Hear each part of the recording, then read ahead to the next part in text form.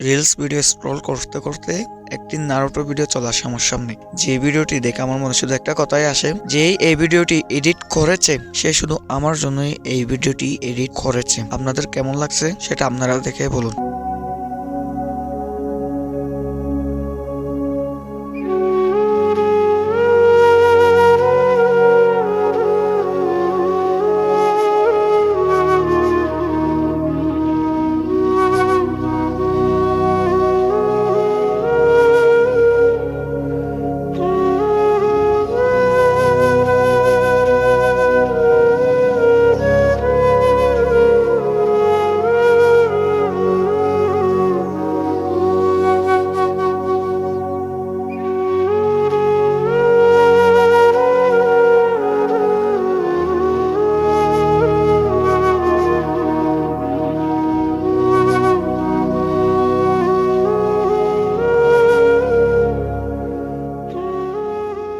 Like and subscribe.